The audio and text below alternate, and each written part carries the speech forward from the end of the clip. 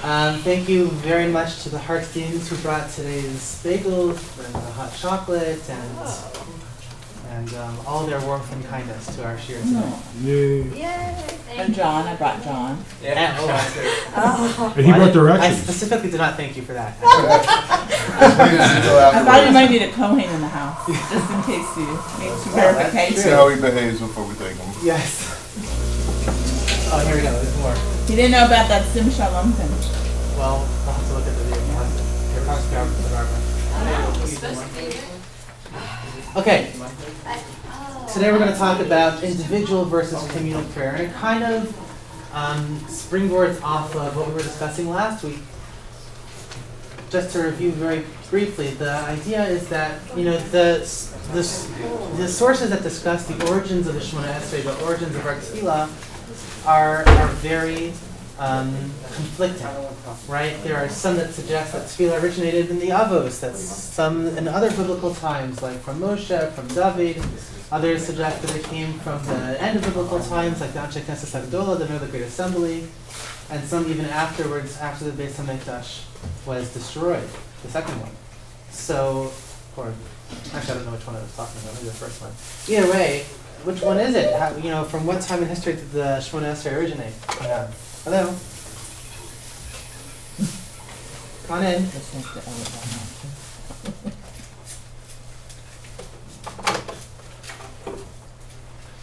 So one of the things that we suggested is that actually it probably developed over time, right? That maybe parts of it, the skeleton of it, may have originated from the Avos and kind of was added to and developed over the course of Jewish history, and eventually ending up in the Siddur as in the form that we know it today.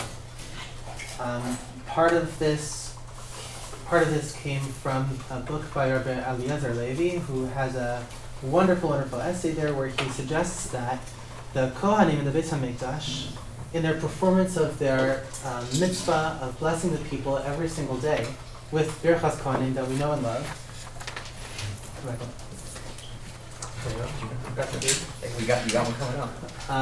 Long month. That in the course of blessing the people every single day, they would embellish on the bracha that we know, on the Yivarechecha Hashem v'Yishmerecha, etc. They would add to those 3 psukim and continue blessing the people. The Rambam suggests that one of those embellishments on their bracha was Sim Shalom itself, that ended up becoming actually a cornerstone of our Shemona Esrei, and from there, the brachos kind of expanded and developed. Okay, but what we took away from that, partly, was that tefillah used to be much more extemporaneous and fluid before it was set. There were times when people would just come to the Beis HaMikdash and say what was on their hearts, or appear at a shul somewhere in Israel, and some shuls did exist before the destruction of the Beis HaMikdash, would appear at shul and just talk to God and say what was on their minds. And until it really became set and published, in a siddur, then it didn't have the same strict, rigid structure that we know of today. So, kind of moving on. Yes. We know that from like Chana. Correct. We'll get to Chana soon. Yeah, not today probably, but you're right. In Tanakh, people would just kind of appear at Beis HaMikdash and cry, and Eli thought she was a bit nuts, actually. But it's actually from Chana that we derive the model for our own tefillos, which is interesting because her tefillah was totally extemporaneous, and ours is just kind of a copy of hers at all times, right? So we have to achieve a balance, and partly we'll discuss that today. The first source on the first page is from Perkei Avos. Rabbi Shimon Omer, Habizahir b'kriyas Shema uv'tefillah.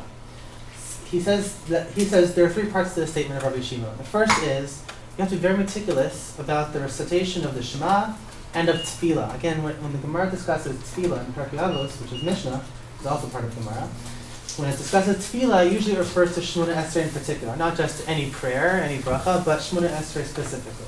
So be meticulous, and most people think what he's talking about, meticulousness, is in time. Make sure to say everything on its own time, at the correct time.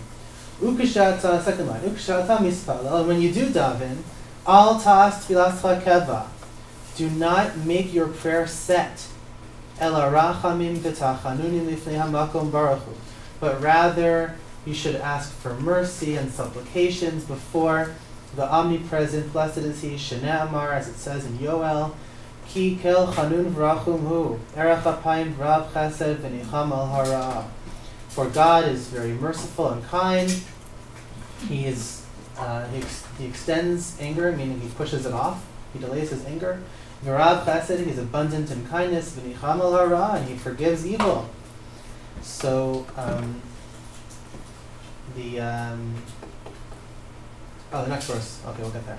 So that's a proof text that you see talks about God's kindness, and he's rachum v'chanun, he's merciful, and that's where the word tachanunim, tachanun, which we say after Shemona Esrei, tachanun means something kind of a supplication, something that appeals to God's grace. Chen is grace. So tachanun, that's the shoresh of tachanun, chen, in the middle there, grace. So we're asking for God's grace. And the last thing he says, Ve'al tihi rasha b'fnei atzmacha, and do not become an evil person before yourself.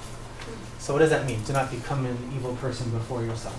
So this, the next source that I quoted for you is the Tiferes Yisrael, which is a very popular commentary on the Mishnah. Al ta'as tfilas chakeva, do not make your tefillah set, he says. The second source in the first line, Lehispalel rak kefi shehadvarim mesudarim v'kvuim. How do you make your tefillah set?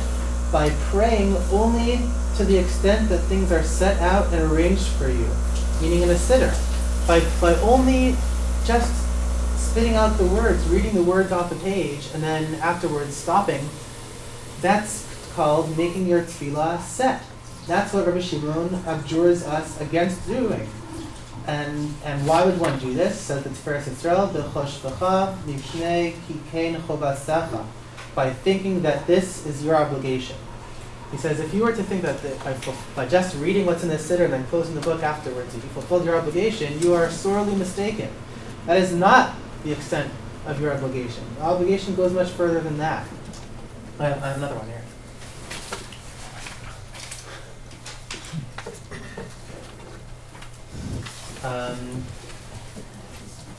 Which I think to many people would be a great surprise, right? A lot of us have learned that, halavai, if only we could get to the level where we just open up the siddur and read inside, and that would be, tefillah. Hello? Oh, hey.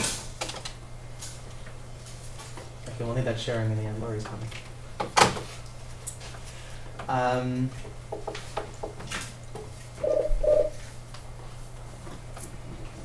And he goes further than that. But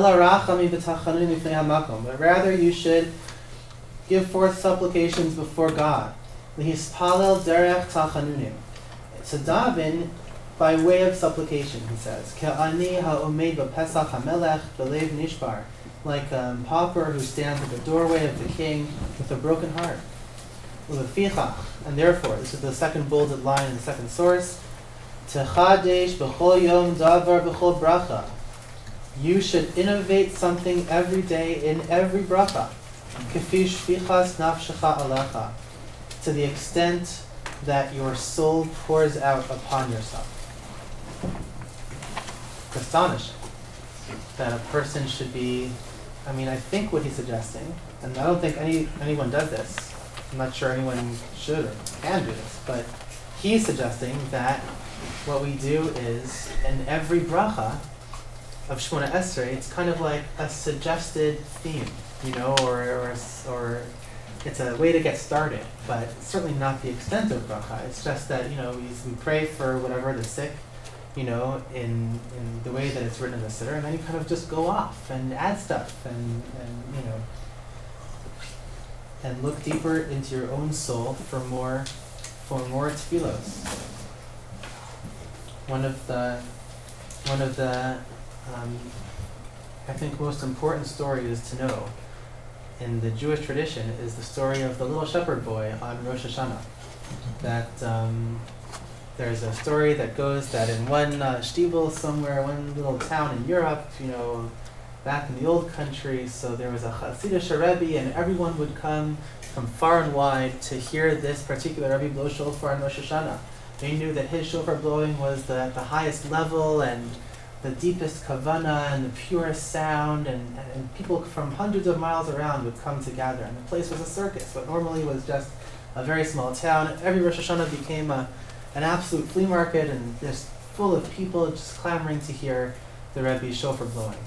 And one Rosh Hashanah, that's exactly how it was. The place was packed, standing room only. And it came time for shofar blowing on Rosh Hashanah, and the Rebbe lifted the shofar to his mouth, took a big breath. Everyone took a big breath because they were waiting in anticipation. And he blew, and no sound came out whatsoever. Slightly confused, he took another breath and blew again. No sound came out. And the Rebbe put down the shofar and he said, "I feel like the gates of heaven are closed." And he sat down and began to cry.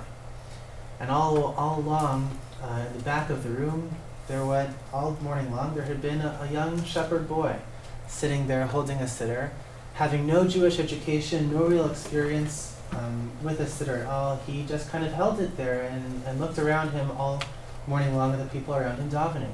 And he thought to himself, I wish that I could daven like that, but I can't. And he just sat there patiently waiting for the shofar to come and waiting for davening to end. And right around the time where the rabbi had held that shofar to his lips and couldn't blow, the boy opened up the siddur for the first time. And he saw the front page of the siddur was, like in many siddurim, just a printing of the aleph beis, just the letters of the Hebrew alphabet. And he thought to himself, after the rabbi had sit down already and was crying in his seat and praying for the gates of heaven to open, he thought to himself, God, I don't know how to say the words in the siddur. I don't know what they mean. I barely know how to read at all, so I can't say them. But I do know the aleph bet. So, and I think that you know that I have some prayer in my heart. So he said, I'll tell you what. I'll read the letters of the aleph bet, and you arrange them in the way that you know my heart means them to be arranged. So he began to read aleph, beis, gimel, and then an air changed in the room. Dalet, hey, vav, and the rabbi stood up again, and the boy continued all the way through, and the rabbi picked up his shofar, and just when the boy finally said tough at the end, the rabbi said, I feel almost as if the gates are open now, I'll try it again. And he took another breath and he blew, and they say it was the purest and most resounding sound they had ever heard. And that's really what tefillah is supposed to be. Tefillah is supposed to be not just that we read the words, but that we tell God, there's a prayer in my heart. Let the words represent something from inside. And that is really what the Tiferes Yisrael is suggesting to us. He's suggesting that the tefillos should be a stepping stone to something larger. Meaning the tefillos that are written in the siddur should be a step to something larger, something deeper. And he doesn't suggest this actually, but the end of the Mishnah of Rabbi Shimon's statements, Ve'al tehi rasha b'fnei atzmecha, do not become an evil person before yourself. Some do suggest that, how do you become an evil person before yourself? By not listening to Rabbi Shimon's advice about setting your tefillah, that if all you do is just open your siddur and read the words and then close the siddur, and that's the end of your tefillah, then that is making yourself into an evil person. Don't do that. You should not close yourself off to deeper prayer. And there's a more positive way of saying that. This is the end of the second source there. This is also something that holds us back in tefillah. A person believes himself to be not worthy, somehow evil, and therefore he gives up, he despairs of having any mercy. And you think that your tefillos won't work. I think that's also one of the important messages of that story I said, is that a person should never think himself unworthy of tefillah. Everyone has the ability to pray. We'll learn, hopefully, over the next couple of weeks, the source of tefillah is hearts. How you worship God with your hearts. Different phrase, I misspoke. But how do you worship God with your hearts is by praying. So you see, it's an internal activity. It's not just reading the words. All of us have hearts. All of us have prayers inside. So we should all be able to pray fundamentally.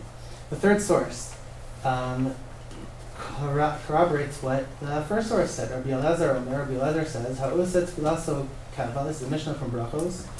If a person makes his prayer set, ein tfilaso tachanunim, then his prayer will not be supplications. That's pretty bad, according to what we just learned. It has to be supplications, otherwise it's not really prayer. So if you only make it set, that's no good, says Rabbi Eliezer. However, the picture gets complicated the more you look into it. In the penultimate source on the page, the second to last source, is a Tosefta from Brachos also. There are two different collections of Tanaitic sources. Some are the Mishnah, that kind of are the source of our entire Talmud. But there are other statements that were recorded by great rabbis from around the year 200, and some of the ones that did not make it into the Mishnah are collected in the Tosefta. So the Tosefta means the addition, the addendum. So in the addendum, same time period as the Mishnah, carries similar weight halachically. We have another statement by Rabbi Eliezer. Look at this one. Kol sheyesh bo musaf kagon rosh chodesh v'chol shel moed b'shachris of mincha. Whenever you have a day where you daven musaf, like let's say Rosh Chodesh or Chol HaMoed, that you have to, then there has to be something. Sorry, b'shachris uva mincha mispal shmona esrei v'omer kedushas hayom ba'avoda. There. Then in the Shacharis and Mincha, you have to mention something about the holiness of the day in your davening. How do we do that? We usually do that by adding something called Ya'aleh V'Yavo, which is a special prayer that commemorates the specialness of the day, right? It talks about Rosh Chodesh, talks about the holiday, on Sukkot, on Chol HaMoed, whatever it is. And we stick it into our normal Shemona Esrei. Where do you stick it in? So the Tosefta suggests Ba'avoda. The Blazer, that's what the Blazer, same guy, Omer Behodaya, that you there's machlokas whether you stick it into the section which talks about avoda, the service, which is actually what we do. It's in Ritzei, right, which talks about returning the service to the Beis HaMikdash. Or Rabbi Eliezer suggests it has to go in Modim, in the Hodaya section, in the section that in the Tefillah, the prayer that thanks God. So it should go in Hodaya and Modim. I think what's surprising about this is that Rabbi Eliezer was just the guy who said you shouldn't make your tefillah set.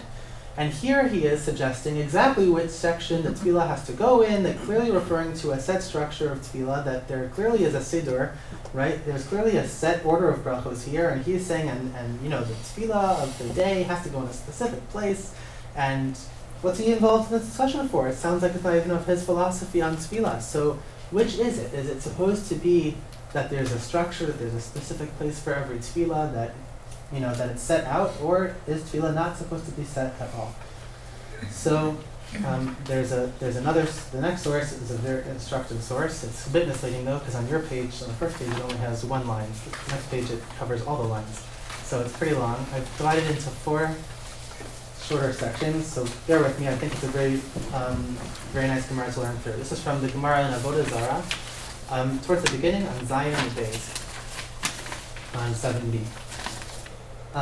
And we start off with a very casual conversation. Amar le Rav Acha bar Minyomi le Abaye. So there are 2 rabbis schmoozing. Rav Acha says to Abaye, Gava Rabba Asa Miasrin. There's a very important man who comes from our place, but it's awful how they treat him. Kol Milsa de Amar, everything he says. They say he should shut up. They say he shouldn't say such things. Like, they don't listen to anything he says. It's terrible. I think they were complaining about that they were from like Babylon area, from Bava. So they were in the Galus. They would go sometimes to Eretz Yisrael on travels to discuss, to learn with the great yeshivas there and the great rabbis there. And some of them didn't get the respect they wanted in Israel, So this guy, he's viewed as like an outsider, He's some American comes to Israel and thinks he's so smart. So they wouldn't listen to him. So they're bemoaning the fact that he's not listened to. Amar, so Abaye says, Ikachada da'avdinan kavasi. No, there's one thing that they listen to him about. The Tanya, and this is the Brisa, this is what they listen to him about. Nachum Hamadi Omer, this guy's name is Nachum. He comes from their hometown. Shoel Adam Trachav B'Shomea Tefillah. He suggests that a person should ask for his own needs in the bracha of Shomea Tefillah. Meaning there's a spot apparently in the bracha of Shomea Tefillah, which is the bracha that we It's like the most general bracha, the most general request in the entire Shemona Esrei. Some requests are for forgiveness, some are for Mashiach, some are for, Parnasa, some are for health. One is just for hearing or tefillah, like a prayer about prayer, which is very nice. But it says Nachum Hamadi that that's the place where a person should be asking for his own needs. A person should kind of expand on that tefillah.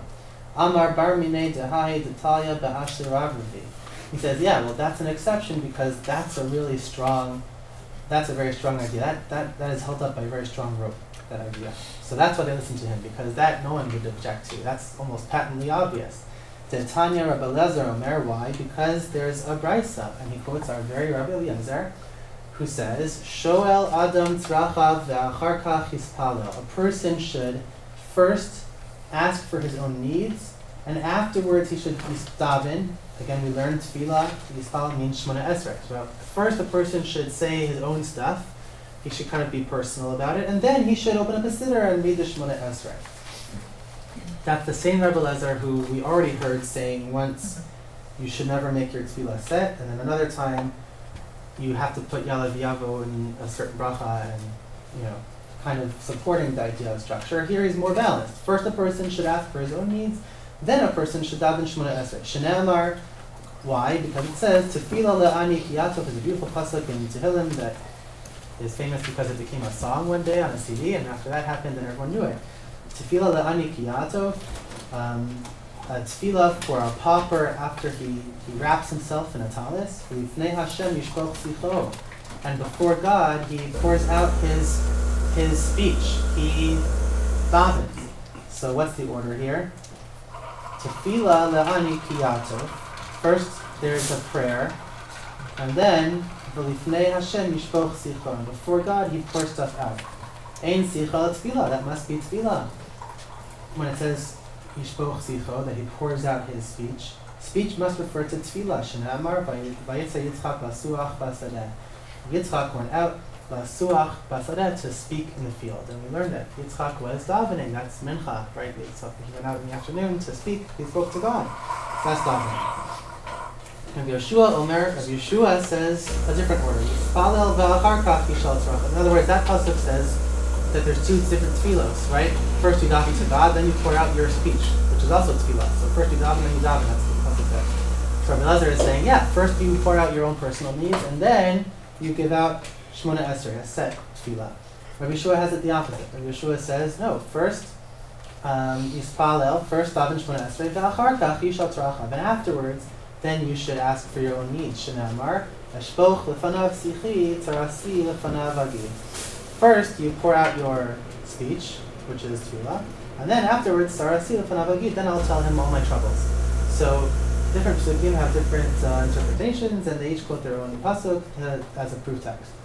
So, again, we have this guy, Rabbi Eliezer. He is rather confusing in his approach, because at times he says you should never set your tefillah, then he seems to support the idea of a really set prayer, and now he seems pretty balanced, and he's in the midst of a discussion about when is it the appropriate time to say Shemona Esrei, and when is it the appropriate time to kind of go off on your own personal stuff. The three approaches we've learned so far is that the time for personal prayer is before Shemona Esrei, that's Rabbi Eliezer position, or Yeshua, time for personal prayer is after Shemona Esrei, or the opinion of Nachum Hamadi is that it should go right in the middle in Shomea Tefillah, in the prayer for prayer. So now, I'm by the number 2, second section of this Gemara. Mirti, the Gemara says, when you consider it, Karai lo kamar daiki, that the psukim really aren't conclusive, right? Each guy has his own source. It sounds like they're evenly matched. How do you decide between these people? You can't figure it out. So, but so what are they really? It's not like they're looking in Tanakh and thinking this is the obvious solution, right? It sounds like they already have a philosophical argument, and that they're looking for proof texts to support their position. So, what is the argument really based on? If it's not based on these psukim from Tehillim, which aren't really conclusive.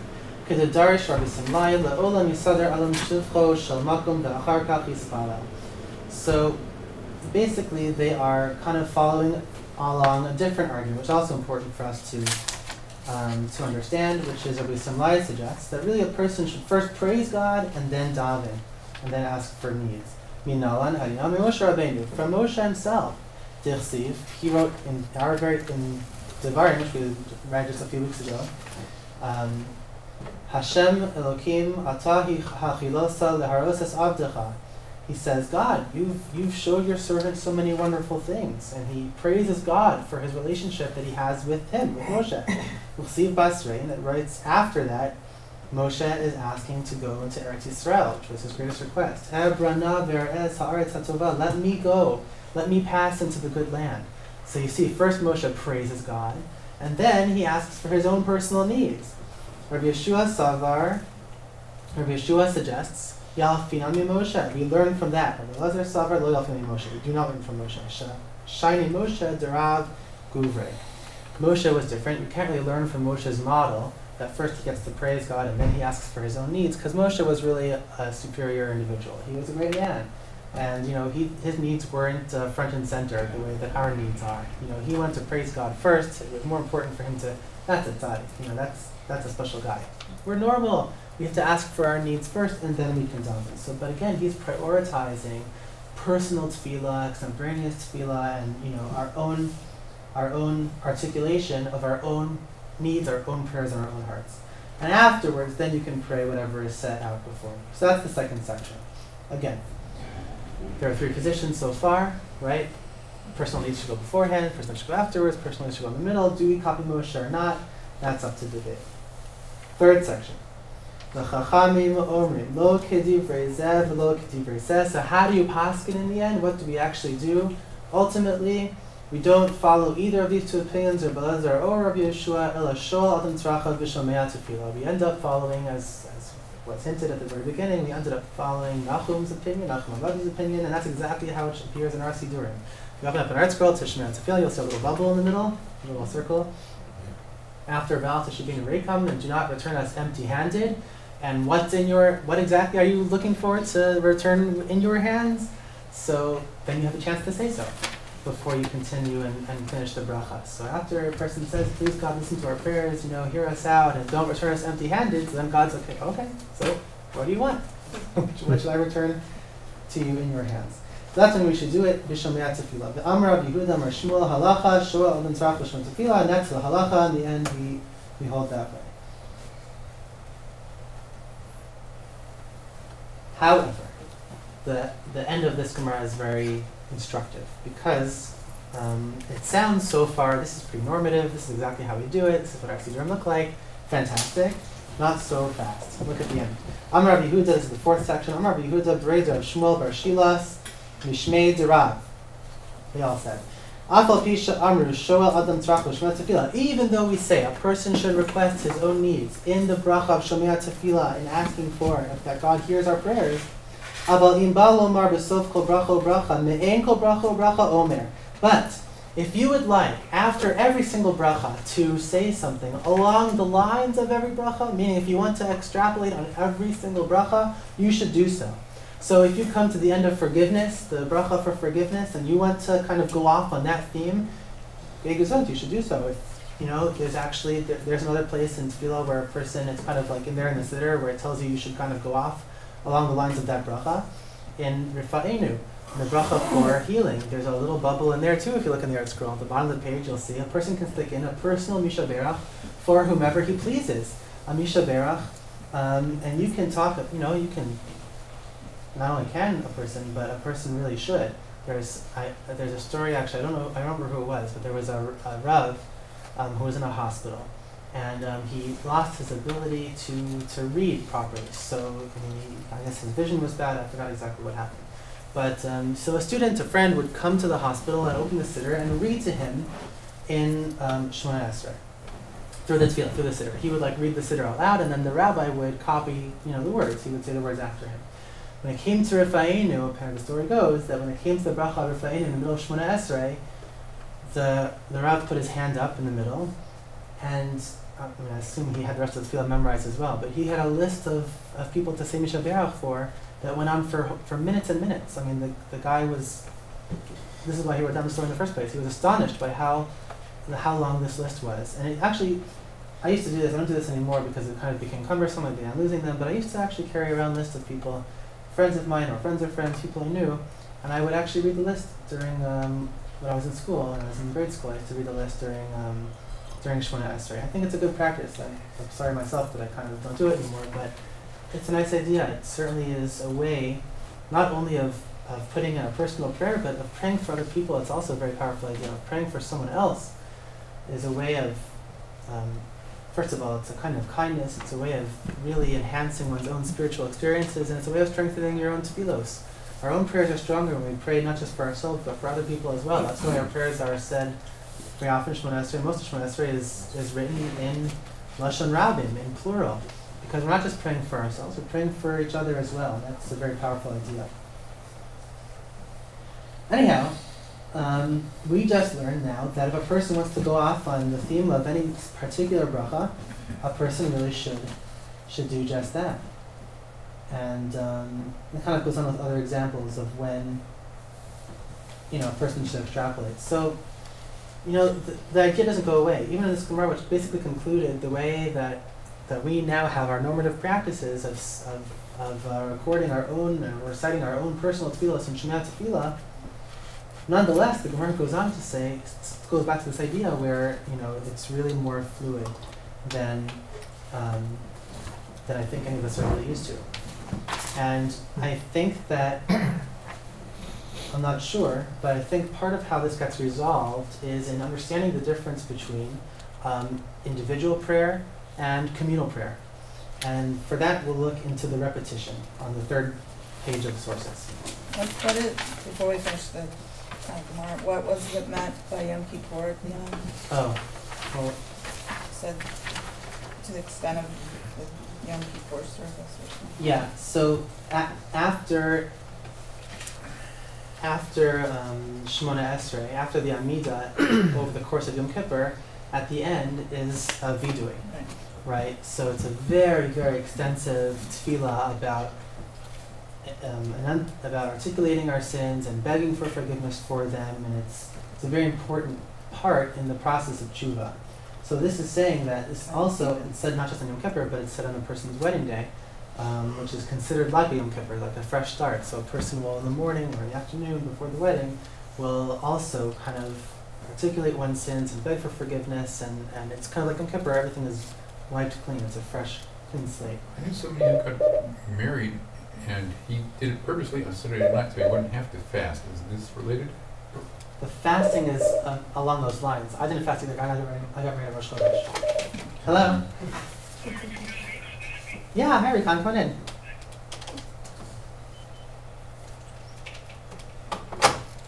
Okay. Not for us. So he's saying that if you want to stick that in there on any day of the week, not just Yom Kippur, not just your wedding day, then you can do that too. Because that's at the end of tefillah. Why not? That's in keeping with Rabbi Yeshua's position that the person should ask for his needs after tefillah. Okay, moving on to the third page.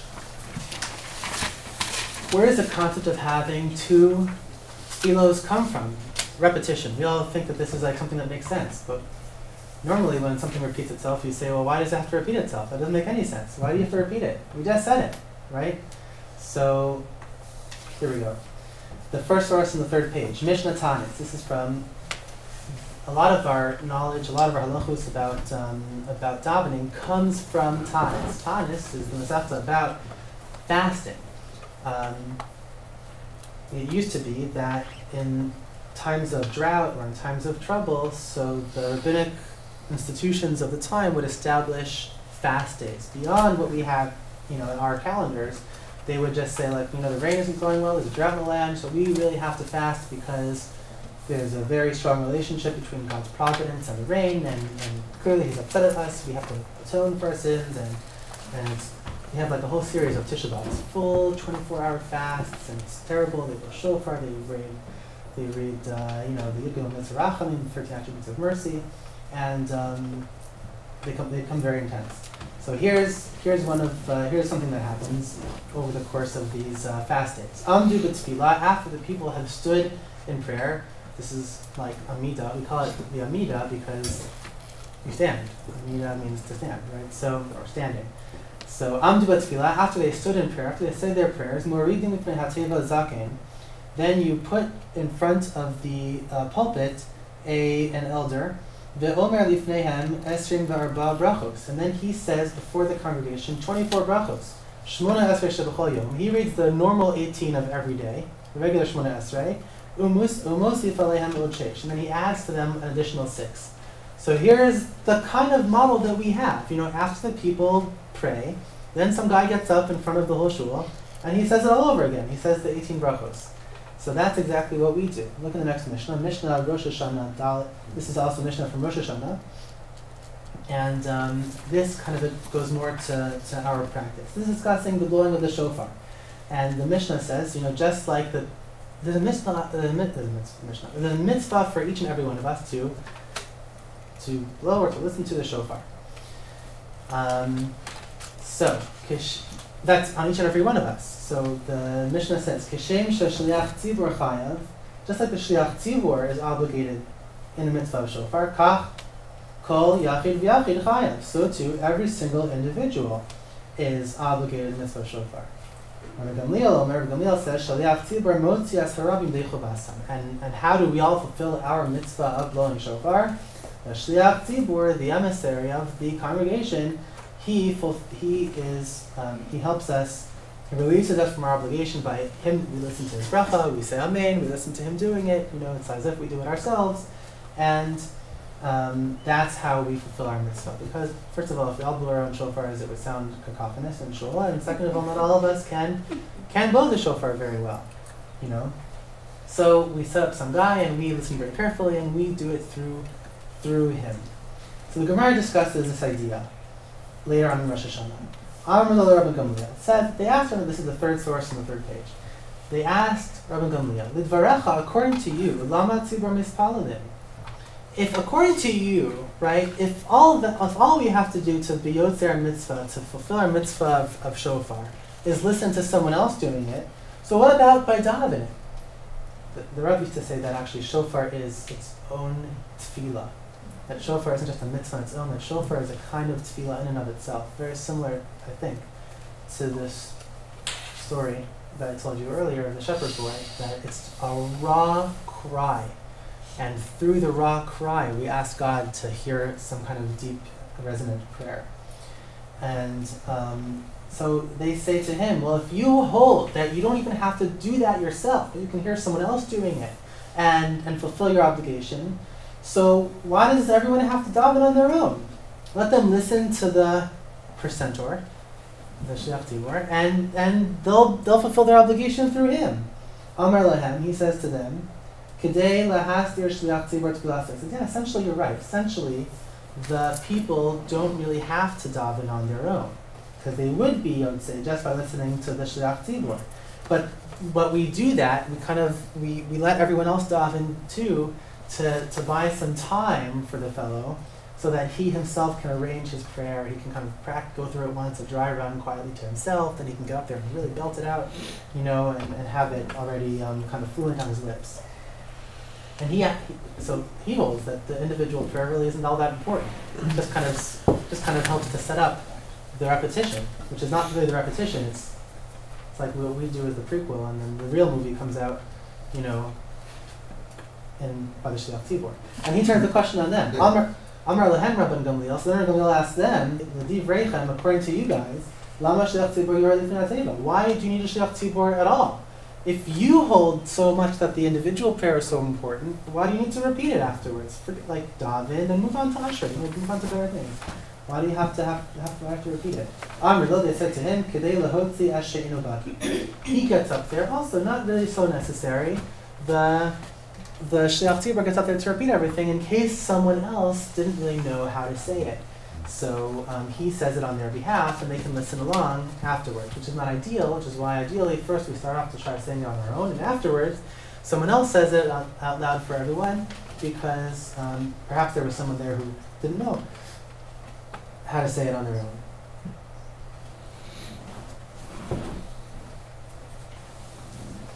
So here we have two different opinions, totally different approaches. One person, like Gamliel, believes that there's no importance at all to the individual tefillah, but rather the shliach tzibur really is the primary.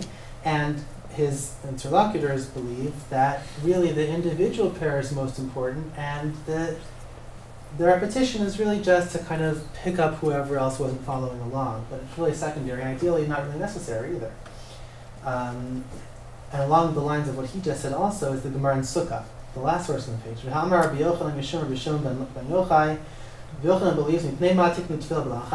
do we have this is more along the lines of Rabbi Gamliel. Why do we have a whispered prayer, an individual prayer? In order not to embarrass people who are sinners. Because theoretically, and this goes back to the point we were just saying, theoretically, in an individual prayer, you are adding stuff of your own needs. And as Aggie pointed out, the end of the Gemara was saying, you might even throw in an entire video like Yom Kippur. You might say, I'm such a sinner, I do all terrible things, right? So why do we add in whispered prayer? So that someone who has to say things like that and has to announce his sins and beg for forgiveness can do it on his own quietly, not in front of everybody, and that way it's not embarrassing for them. We do a lot to embarrass, you might say, like, why do you have to establish something just for people not to be embarrassed who are sinners? That's ridiculous. If they're sinners, why shouldn't they be embarrassed? We learned that actually from this past week's Parsha, that we learned that there are conscriptions sometimes to war, and we learned that there are exemptions to conscriptions. The Kohen will go out and announce whoever has, planted a field but not had a chance to reap its fruits, whoever has built a house but not really initiated yet, whoever has engaged a woman and had not had a chance to get married yet. You can all leave. Everyone go. And also, whoever is afraid, you should also leave. So the Gemara actually suggests, what are they afraid of? Why are they afraid? They're afraid because they know that they're sinners. They think that in a war, God's providence will not be with them, and His protection will not be with them, and they will die for their sins in war. It'll be like God's opportunity to take it out on them. So and Rashi quotes this Gemara, and Rabbi Yossi Aglili, it's Rabbi Yossi Aglili's opinion, and he says, not only that, that's not why, but that's the only true exemption from conscription. The other people who were excused for planting fields and for engaging people and for building houses, they're only excused to provide the sinners cover, so that a person will feel okay excusing themselves from war because they're afraid, because they're sinners. No one will have to know that that's why they're going. People might think, oh, he just planted a vineyard, or he just got engaged in Mazel Tov, like it's so that no one has to be embarrassed leaving from war. If you think about it, it's amazing. Here is a person whose sins are so great that he has to recruit himself from fighting along his brothers to defend the Jewish people because he's afraid of dying. And they set up a whole elaborate system of halacha just to allow them to leave without embarrassment.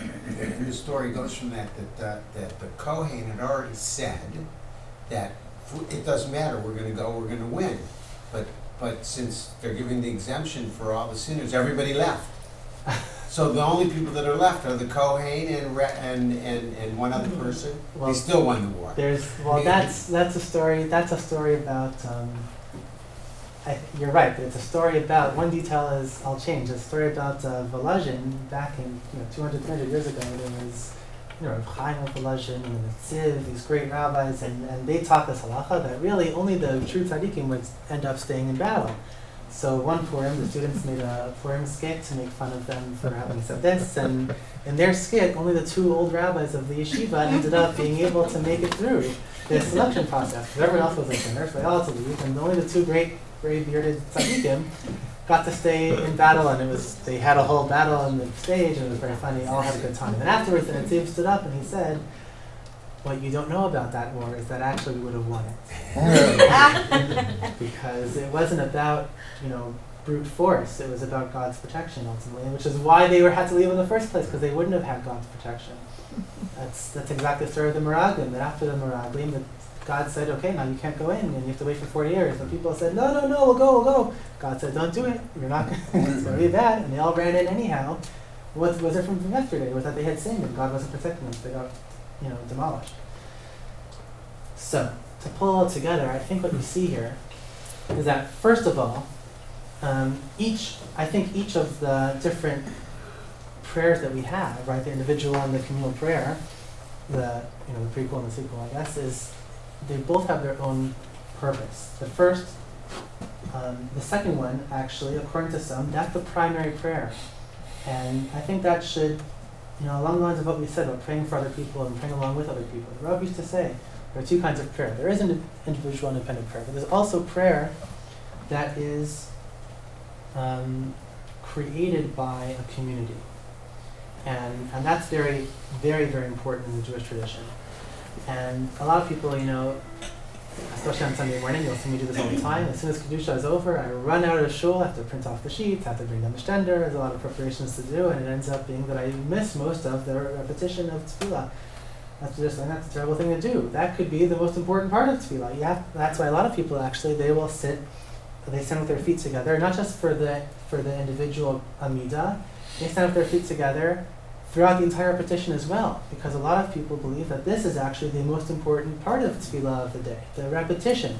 It's not so repetitive. That's really the essence of what we are supposed to be doing. It's really the most communal, united prayer that we have. And for that reason, one of the most powerful as well. However, there is a great importance to the individual prayer. And I think, it seems to me, like, especially in this last source, like, why did they establish a whispered prayer? It sounds like the standard was this communal prayer, and that they also threw in later on a whispered prayer too. And it sounds like he's saying, in order to not embarrass the sinners, because people would still extrapolate in their individual prayer. And that's kind of what I'm taking away from all of this, is that we have two chances for prayer. The true set prayer. And this kind of goes back to Rabbi Elazar's position. We saw Rabbi Elazar kind of saying, don't make your prayer set, but then he was suggesting, there is a set place for Yalav Yavo, and then he said, first a person should ask his needs, and then a person should pray. That almost sounds exactly like what we do. First a person should ask for their needs. First a person davens a tefillah b'lachash, a whispered prayer, an individual and a private prayer. And in that prayer, it is appropriate to extrapolate and to extemporaneously look into one's own heart and blow the shofar and read the Aleph Beis and throw out to God every prayer that is deep inside. And afterwards, we pray.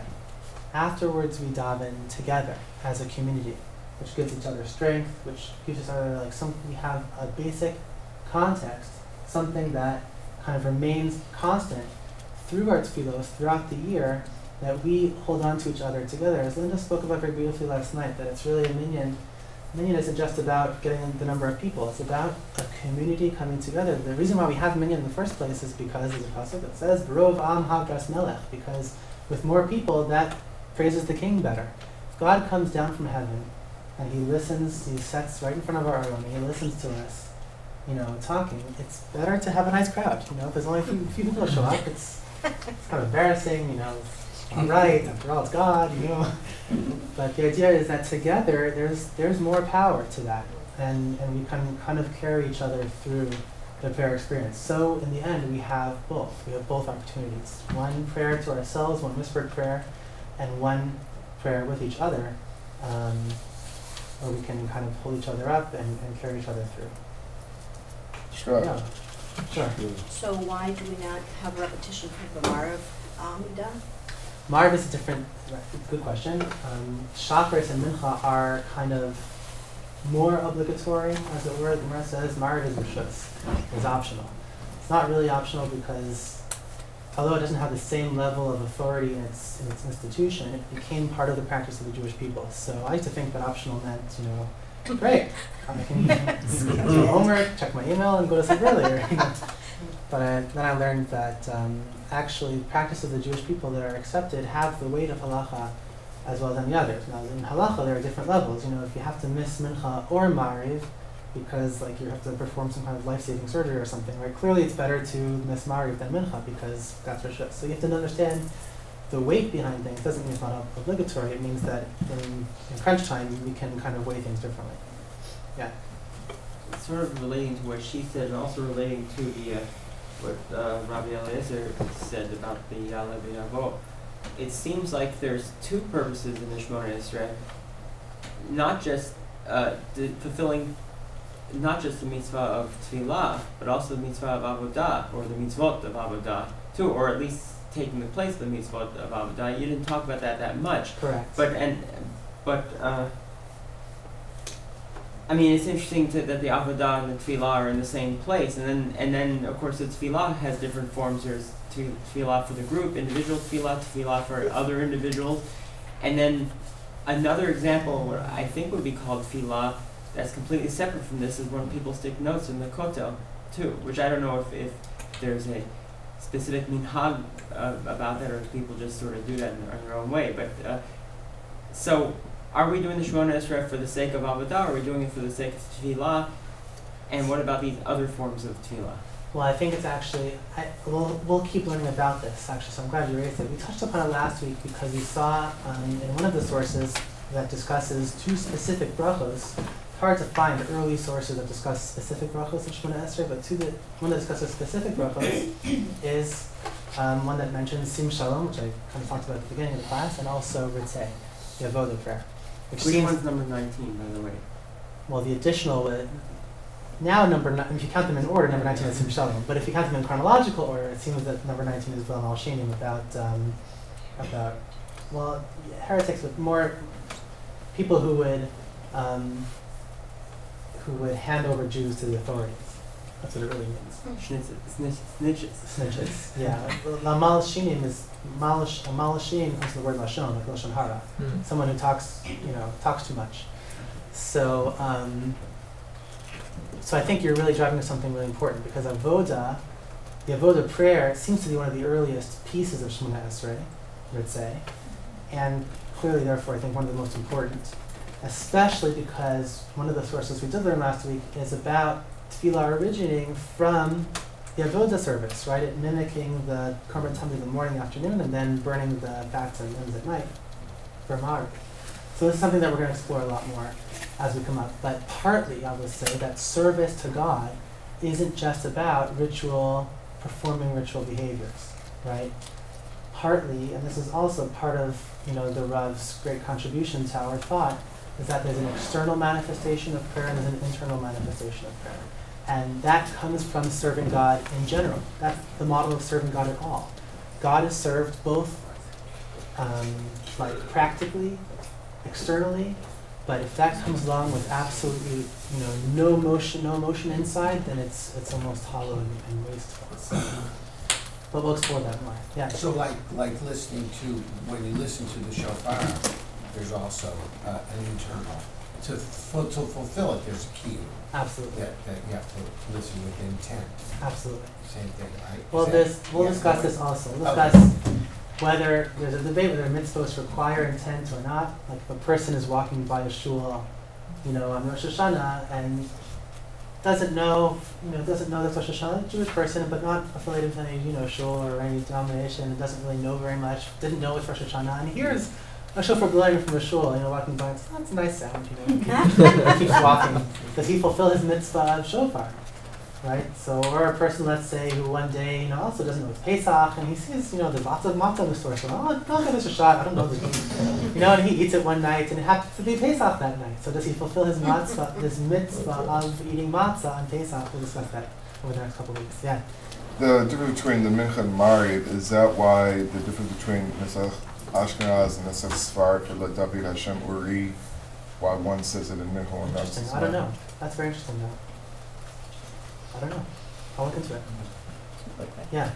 When did the Shliach Tzibor appear on the daily schedule in history? So it's in the Mishnah. But right. It seems certainly by the year 200 or so that there was such a concept, and I think partly it's how we were looking at it last week. That if all of these fields were coming from the Kohanim, then it could very well be that this was something embedded in the temple service itself, that the Kohanim would kind of lead brachos for the people, and perhaps there was some kind of response on behalf of the people, and that's kind of where this model came into place. But also there are other practical applications as well, or practical needs. Like we just learned, there are some people who are an expert at prayer and can't really say it on their own. So maybe it was something that really only originated after the Beis Hamikdash was destroyed, when people were exiled and weren't able to pray as well. So then we had to establish someone at the head to really help along the need. I don't think it used to be that we needed, specific shulchatim, let's say, in town. So we didn't really. Anyone's grandmother could chuck the chicken. Like it wasn't, we didn't need a shochet to go around. Eventually that practice became, the laws became forgotten and the practice became forgotten and weakened, so we had to establish someone really expert at doing it. So it could be that this is only an exile phenomenon, but it also could be that it has its roots in the temple service with the Kohanim leading things. I don't know. And the lachash, the whisper, that's really Chana. I mean, he doesn't This give. is our bridge. This is our Yeah. bridge to next week. He doesn't give her credence, yeah. Next week. I always thought, believe me, I intentionally let this here. We're not gonna let her This is go writing your for tongue for today. next week. I saw one more in the back. Pilar, was that? Yeah? 2 minutes. I was just wondering Sure. if the Rabbi Shimon Bar Yochai is connected with the Gemara when it says about how the prayer should be. Like at the it should be nobody louder his voice. Is that connected with this when the Gemara is talking about that? I think so. We'll see. We're going to bring in that stuff next week. That's part of the Lachash discussion as well. Should Yeah. Chana be cited when you talk about silent prayer too? Weird. Believe me. Next week. Come back next week. Silent prayer next week. You have one? I just want to point out a point of interest that I learned this from Rabbi Berman with Earth Israel, that Muhammad perhaps modeled his 5 prayers a day from the fact that he had the shafrit and repetition, mincha and repetition, and mari. Oh, interesting. That could be. We know that there are many influences from Judaism on Christianity and Islam alike. Yeah. That could be. Oh, thank you. Thank you. Okay, happy week.